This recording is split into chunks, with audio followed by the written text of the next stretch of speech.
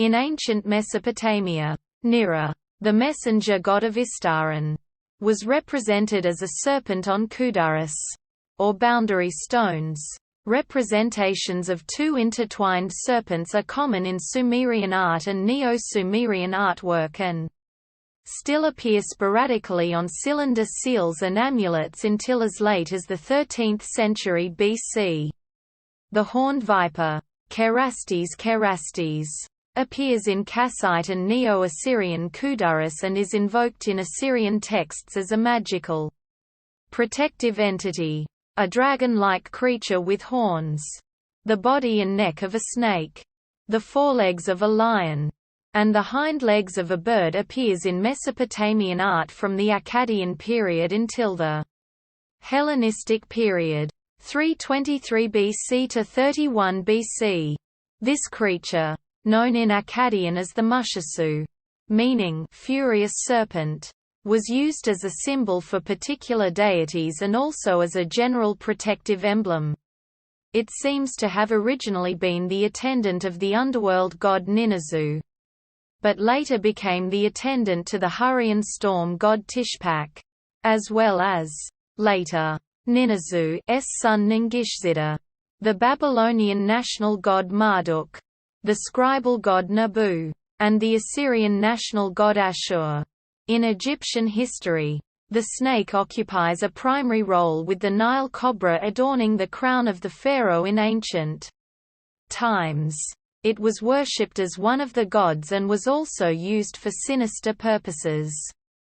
Murder of an adversary and ritual suicide.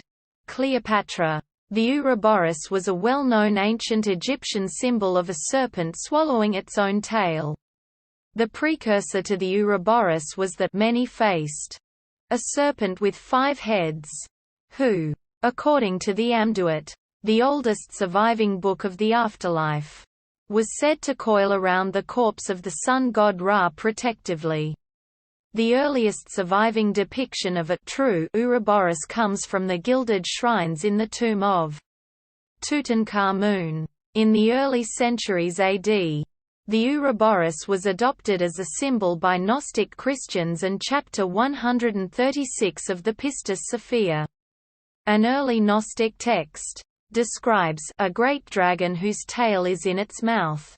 In medieval alchemy, the Ouroboros became a typical Western dragon with wings, legs, and a tail.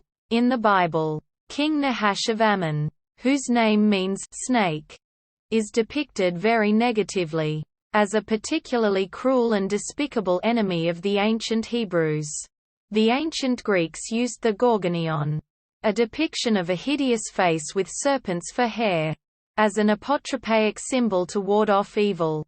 In a Greek myth described by Pseudo-Apollodorus in his Bibliotheca, Medusa was a gorgon with serpents for hair whose gaze turned all those who looked at her to stone, and was slain by the hero Perseus.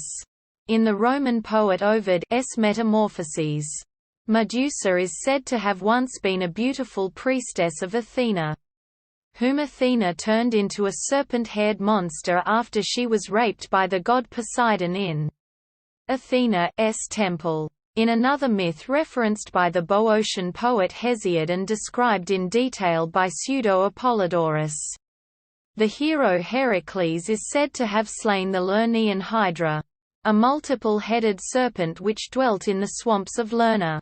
The legendary account of the foundation of Thebes mentioned a monster snake guarding the spring, from which the new settlement was to draw its water.